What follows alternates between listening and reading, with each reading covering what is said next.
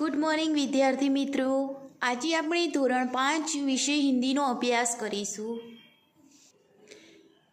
વિદ્યાર્થી મિત્રો, ગયા વિડીયોમાં 12મા નંબરનું પ્રકરણ ધૂમધુમા ગાંવ કે બચ્ચે વિશે આપણે અભ્યાસ કર્યો હતો। આજે આપણે તેનો અભ્યાસ સ્વાધ્યાય અને આગળના વિષય પર અભ્યાસ કરીશું। તો દરેક વિદ્યાર્થી પોતાની પાઠ્યપુસ્તક પોતાની સાથે રાખે અને તેની અંદર પાના નંબર 82 काढ़से। अभ्यास जेनी अंदर पहलो प्रश्न है, सोचकर बताइए। पहलो प्रश्न, आपके गांव या शहर में पानी के कौन कौन से स्रोत है। आपने ए प्रश्न बीजा नंबर जो प्रश्न है, हम पानी का उपयोग कहाँ कहाँ करते हैं। तीजो प्रश्न है, पानी हमारा जीवन है, पानी अपव्यय नहीं करना चाहिए। अब बताएं कि लोग पानी का अपव्यय कैसे करते हैं। ત્યાં સુધી જોયું હતું। આજે આપણે ચોથો પ્રશ્ન, પાણી का अपव्यय न हो इस हेतु आप क्या क्या करेंगे। આગળનો પ્રશ્ન હતો કે पानी हमारा जीवन है, पानी अपव्यय नहीं करना चाहिए। बताइए कि लोग पानी का अपव्यय कैसे करते। तो આપણે જોયું હતું કે पीने के पानी से हाथ पैर धोते हैं, नल चालू रखकर इधर उधर चले जाते हैं, पीने योग्य पानी से पशुओं को नहलाते हैं, पीने योग्य पानी से जीप ट्रैक्टर आदि धोते हैं, टपकते नल को बदलते नहीं हैं। तो इस प्रकार विविध रूप से लोग पानी का अपव्यय करते हैं, यानी कि पानी बिगाड़ते हैं। हवे आगळ आपणे ये प्रश्नों जवाब लखवानो छे कि पानी का अपव्यय न हो इस हेतु आप क्या क्या करेंगे।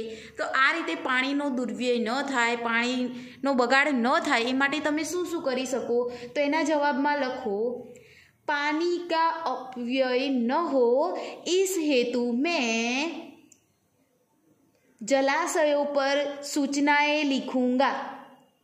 આપણે સૂચનાઓ લખેલી હોય છે ને કે સ્વચ્છતા રાખો, स्वच्छ पानी का बिगाड़ न करे।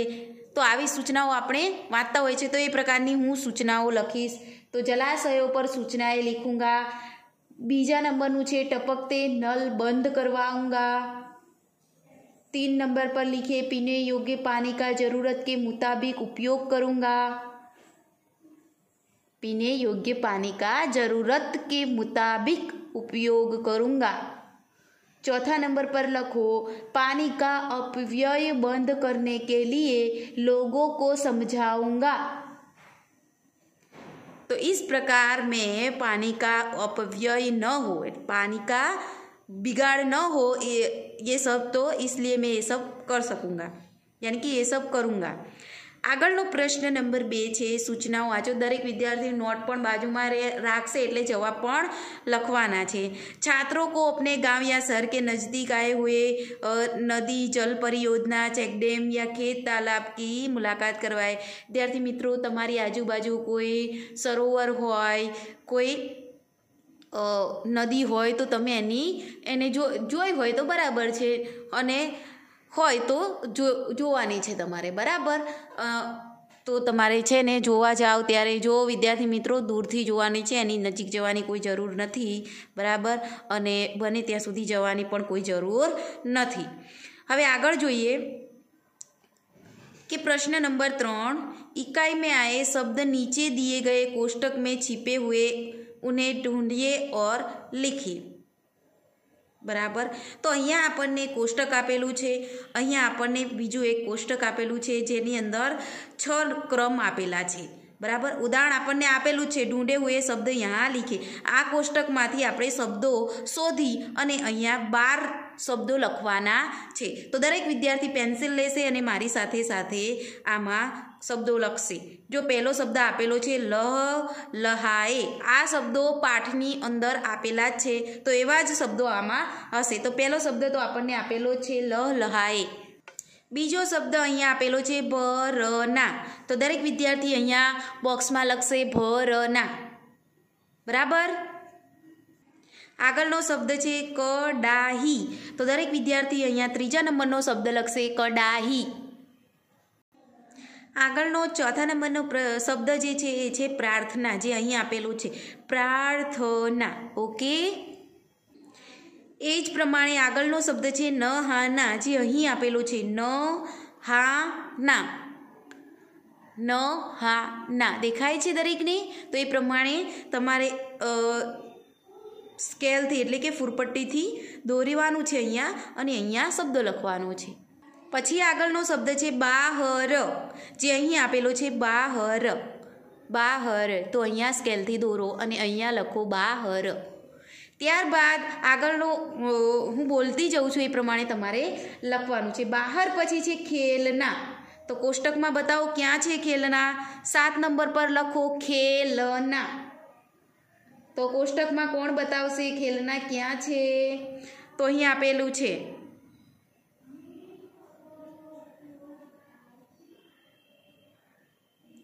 અહીંયા જુઓ, ખેલનામાં આ જે શબ્દ છે એની પર માત્ર કરવાની બાકી છે. તો ખેલના અહીં આવશે, બરાબર.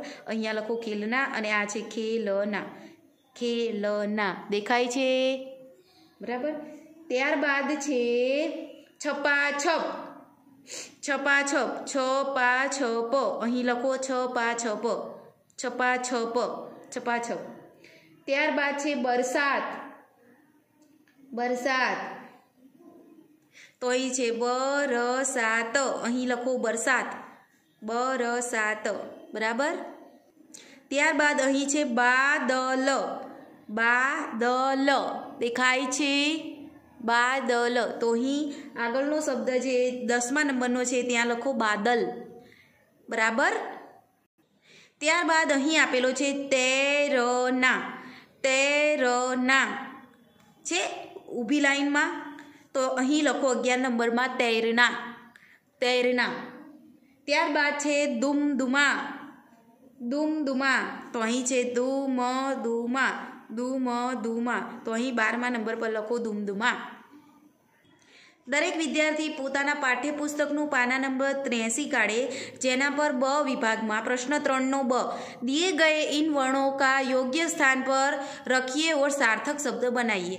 અહીંયા આપણને કોષ્ટક આપેલું છે ન, સા, પ, રો, છ, પા, મી, અને અહીં અમુક જગ્યાએ શબ્દો આપેલા છે. તો આમાંથી અમુક શબ્દો એવા મૂકવાના છે જેથી કરીને અમુક વ્યવસ્થિત શબ્દ બની જાય, સાર્થક શબ્દ બને, બરાબર. તો અહીં આપણને 6 આપ્યું છે, પછી અહીંયા બોક્સ આપેલા છે, અહીં રે આપેલું છે, પછી અહીંયા ખાલી જગ્યા છે, અહીંયા પણ ખાલી જગ્યા છે, અને આ જ છે, અહીંયા ખાલી જગ્યા છે, અહીંયા ન છે. તો એ પ્રમાણે શબ્દો ગોઠવવાના છે, અને એ પણ આ બોક્સમાંથી જ લેવાના છે. તો અહીંયા 6 પછી લખો પા છ પ. તો શબ્દ બની ગયો છ પા છ પ. તો દરેક વિદ્યાર્થી પેન્સિલથી બોક્સમાં લખશે છ પા છ પ. ત્યારબાદ પ તો આવી ગયો, અહીંયા છે રે, તો અહીં આવશે સાન. અહીંયા આપેલો છે સા અને અહીંયા આપેલો છે ન, તો સાન. તો અહીંયા શબ્દ બન્યો પરેશાન, બરાબર. ત્યારબાદ અહીંયા જ આપેલો છે, અહીંયા ન આવી ગયો, તો વચ્ચે એવો શબ્દ મૂકો જેથી આ શબ્દ યોગ્ય બને. તો વચ્ચે મૂકીશું મી. અહીંયા આપેલો છે ને મી, તો બની ગયો શબ્દ જમીન.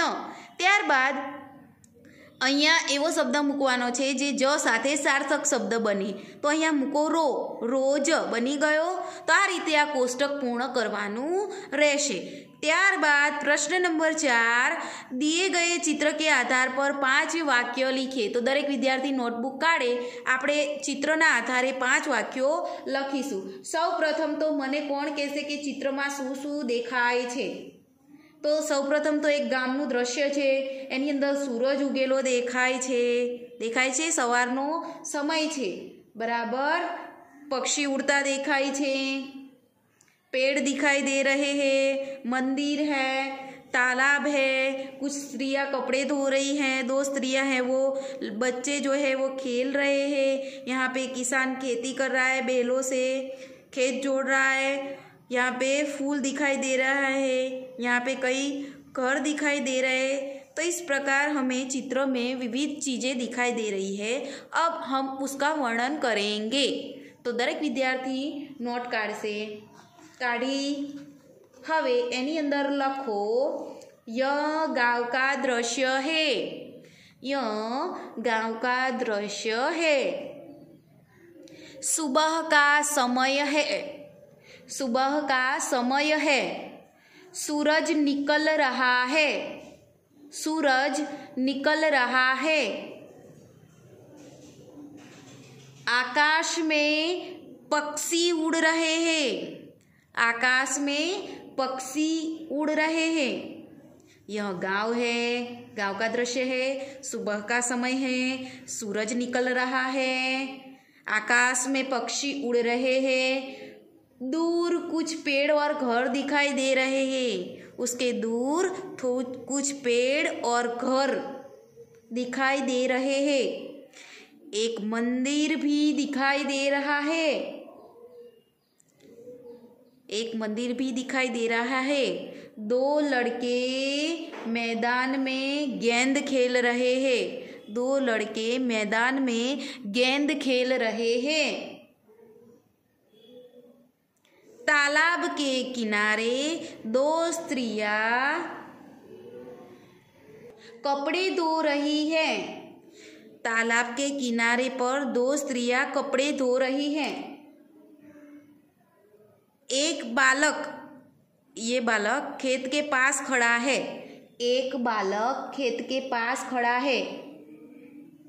खेत में किसान है। किसान हल चला रहा है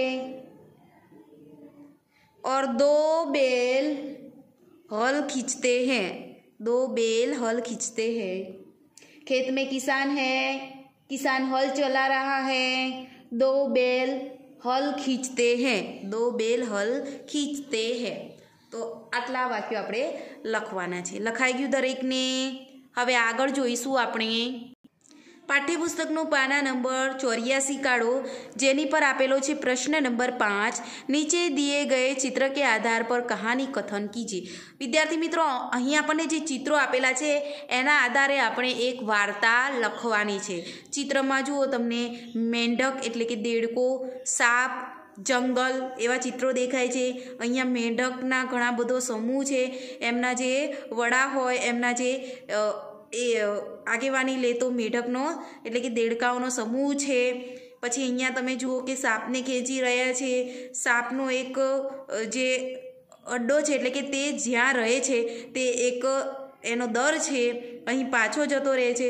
તો એના આધારે આપણે જોઈશું કે શું વાર્તા છે, આમાં શું કહેવા માંગે છે। તો વાર્તાનું નામ છે મેંઢક ઓર સાપ। તો દરેક વિદ્યાર્થી પોતાની નોટબુકમાં લખશે વાર્તાનું ટાઇટલ મેંઢક ઓર સાપ, દેડકો અને સાપ। તો એની એક વાર્તા છે કે તાલાબની અંદર આ દેડકાઓ રહેતા હોય છે અને એક બરગદનું પેડ હોય છે, બરાબર। તો એની નીચે રહેતો હોય છે, એનો એક બિલ હોય છે, એમાં સાપ રહેતો હોય છે। અત્યારે કોઈ લખવું નહીં, પહેલાં સાંભળી લો। તો સાપ રહેતો હોય છે અને રોજ એકને એક જે દેડકો હોય છે ને ખાઈ જતો હોય છે ને આ રીતે બધા દેડકાઓ પરેશાન થઈ ગયા હતા।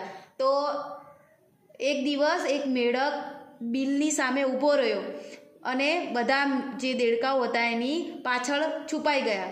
સાપ એને જેવી રીતે પકડવા આવ્યો એથી વાર જ જે પેલા પાછળ છુપાયેલા હતા એ બધા સાપને પકડીને ખેંચવા लाग्યા। તો સાપ ગભરાઈ ગયો। જો તમે ચિત્રમાં આની પાછળ બધા દેડકાઓ હતા તો એને ખાવા ગયો, એથી વાર બધા દેડકાઓ એને ખેંચવા लाग्યા। તો સાપ ગભરાઈ ગયો અને પકડાયેલા બધા દેડકાઓને છોડાવીને તે ભાગ્યો અને બિલમાં એના દરમાં ઘૂસી ગયો।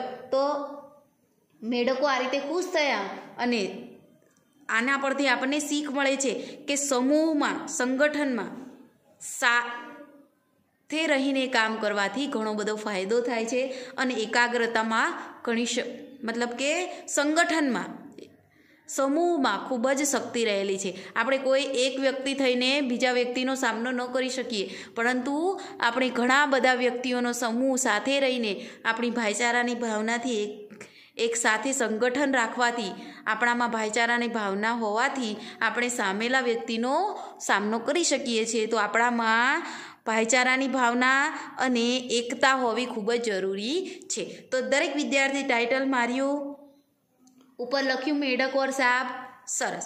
હવે લખો કહાની। एक तालाब था, उसमें बहुत सारे मेढक रहते थे।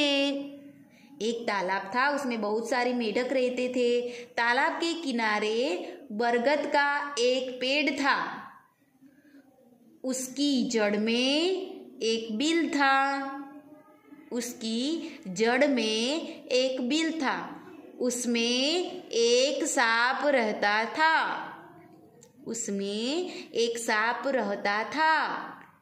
सांप रोज रोज किसी न किसी मेढक को पकड़कर खा जाता था। मेढक परेशान हो उठे थे, मेढक परेशान हो उठे थे। एक दिन उन्होंने आपस में मिलकर एक उपाय सोचा। एक दिन उन्होंने आपस में मिलकर एक उपाय सोचा। दूसरे दिन एक मेढक बिल के सामने खड़ा रहा। एक मेढक बिल के सामने खड़ा रहा। बाकी सभी मेढक बिल के आसपास छिप गए। बाकी सभी मेढक बिल के आसपास छिप गए। जैसे ही सांप ने उस मेढक को पकड़ा, जैसे ही सांप ने उस मेढक को पकड़ा, छिपे हुए मेढक निकल आए और सांप को पकड़कर खींचने लगे। छिपे हुए मेढक निकल आए और सांप को पकड़कर खींचने लगे। सांप घबराया, सांप घबराया। वह पकड़े हुए मेढक को छोड़कर भागा। वह पकड़े हुए मेढक को छोड़कर भागा और बिल में घुस गया, और बिल में घुस गया। मेढकों की खुशी का ठिकाना न रहा। मेढकों की खुशी का ठिकाना न रहा। सचमुच संगठन में शक्ति है। सचमुच संगठन में शक्ति है। तो ही वार्ता कहानी पूर्ण थाय छे।